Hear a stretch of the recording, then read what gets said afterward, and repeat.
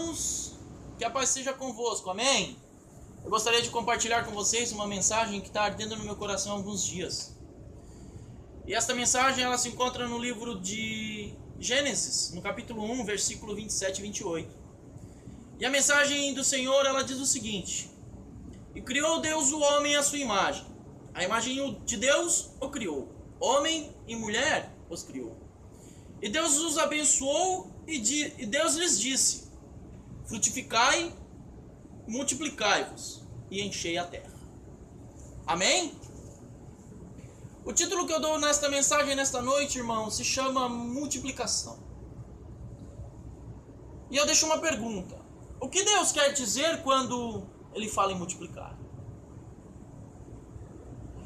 Pegando por base esse texto, nós vimos então que o primeiro diálogo de Deus na Bíblia, Ele fez o homem e a mulher, a sua imagem e semelhança. No segundo diálogo, então, Deus ele dá uma ordem ao homem muito clara: sejam férteis e multipliquem-se. Vejam então que, no princípio de tudo, o conceito já era a multiplicação. Deus criou o homem com a capacidade de se relacionar, com a liberdade de escolhas, com o poder criativo em si. Deus criou o homem com a capacidade de se multiplicar em outros. Neste ato criativo, Deus estava se multiplicando em nós mesmos. Vejam, irmãos, que a vontade de Deus, o desejo de Deus de multiplicação, ele era tanto que depois da queda do homem no Éden, depois que o pecado ele entra na história, desvirtuando a criação, gerando toda maldade e confusão, Deus então ele decide recomeçar tudo de novo. E Deus então escolhe Noé para ser seu instrumento. Então quando nós vamos para o livro de Gênesis, no capítulo 9, Deus ele dá uma ordem a Noé. E qual era a ordem? Sejam férteis, multipliquem-se e encham a terra. Então, após a morte de Noé, a Bíblia ela nos mostra que a partir do capítulo 12 de Gênesis, Deus então promete a Abraão que fará dele uma grande nação. Como? Por meio da multiplicação. Então, quando nós vamos já para o Novo Testamento, e nós nos deparamos então com a vinda de Jesus, nós vimos então que muitos dos discursos de Jesus, muitos dos ensinamentos das suas parábolas, ele fala da importância da multiplicação. Então Jesus ele coloca em prática o conceito da multiplicação em diversas situações. Exemplos disso, a multiplicação de alimento para alimentar a população. Vejam, irmãos, quando nós lemos então João capítulo 15, versículo 8, Jesus ele nos ensina que o Pai ele é glorificado pelo fato de vocês darem frutos, de nós darmos frutos. Vocês estão entendendo, irmãos, a mensagem? Vejam que no princípio Deus faz o homem e a mulher conforme a sua imagem e semelhança. E logo em seguida Deus ele dá uma ordem para Adão: sejam férteis e multipliquem-se. Então, Adão e Eva, após eles serem ludibriados, enganados por Satanás, e onde o pecado ele entra no mundo, após um tempo, Deus então, já não conformado com tanto pecado, com tantas coisas erradas, Deus então resolve escolher a Noé para recomeçar tudo. E após então o dilúvio, Noé ele recomeça. E a ordem que ele deu a Noé foi de multiplicar.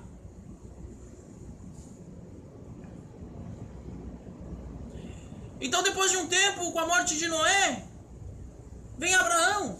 E a mesma ordem que foi dada a Noé, ele deu a Abraão. E ele prometeu a Abraão que faria dele pai de nações. Mais uma vez entrou o conceito de multiplicação. Então quando Jesus ele vem ao mundo, Jesus, ele nos ensina, através de parábolas, através das suas pregações, a importância da multiplicação. E aí, o que eu entendo com isso? Isso me deixa bem claro que Deus, ele se alegra com a multiplicação, com os frutos, com o crescimento, com a expansão do seu reino. E quem é responsável por expandir o reino de Deus? Somos nós.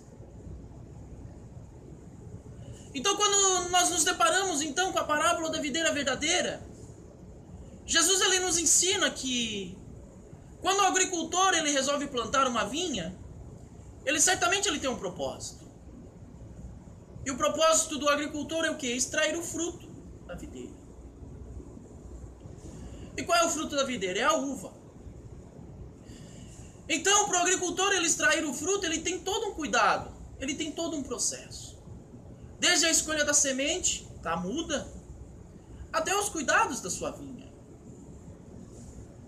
Porém, o objetivo principal são as uvas e mais uvas. Todo o seu trabalho será de garantir, então, que a vinha ela seja produtiva. E assim se cumpra o propósito para o qual ela foi plantada. Vejam, irmãos, que o fruto é sempre o principal. É o alvo principal da parábola. Tudo gira em torno dele. Se um ramo não der fruto, ele é cortado. Se ele der fruto, ele é podado para dar mais frutos. E para o ramo dar fruto, ele tem que estar conectado na videira. Pois fora dela é impossível. Se você tirar o ramo da uva, da videira e colocar no chão ao lado dela, ela não vai crescer.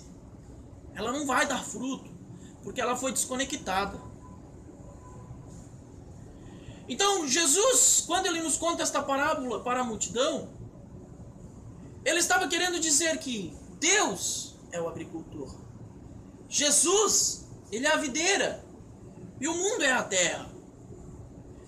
Jesus, ele foi plantado neste mundo para produzir frutos que representam as vidas para Deus.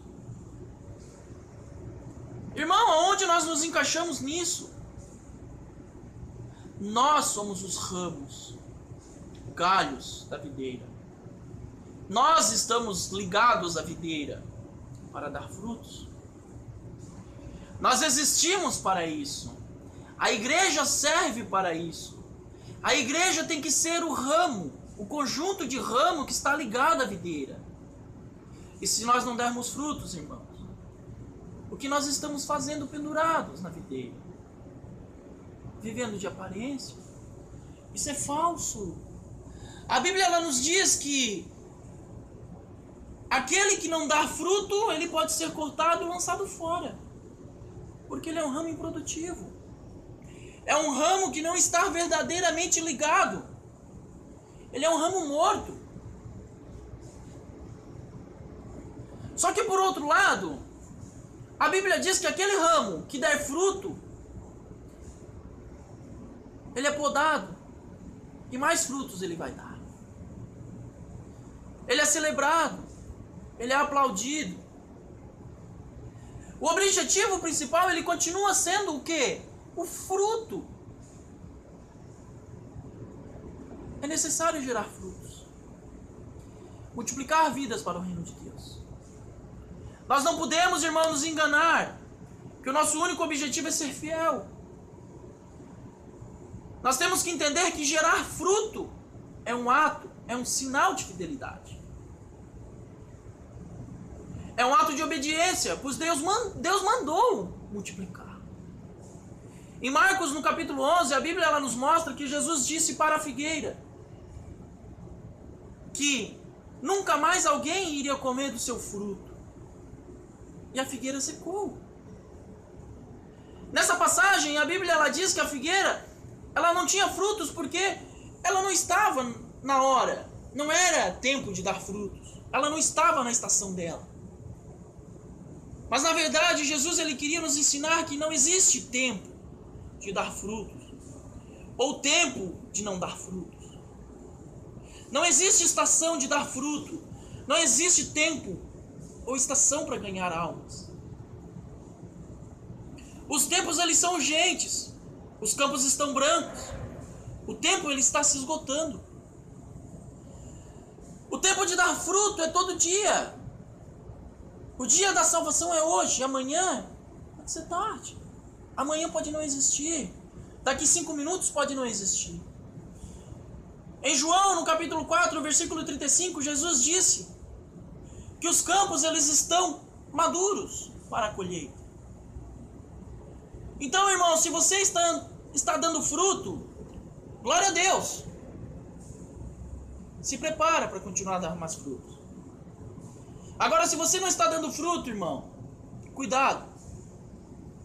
Porque a palavra diz que aquele que não dá fruto, ele é cortado e lançado fora no fogo. Ele é um galho seco, um galho morto. Se você não está dando fruto, irmão, para de viver de aparência e viva como um verdadeiro discípulo. Não há mais tempo para brincar de ser cristão. Não há mais tempo para brincar de ser discípulo. A palavra do Senhor no livro de Tiago diz que a fé sem obras é uma fé morta. Então é necessário você fazer a obra. É necessário você buscar almas para o reino. É necessário você evangelizar, falar de Jesus.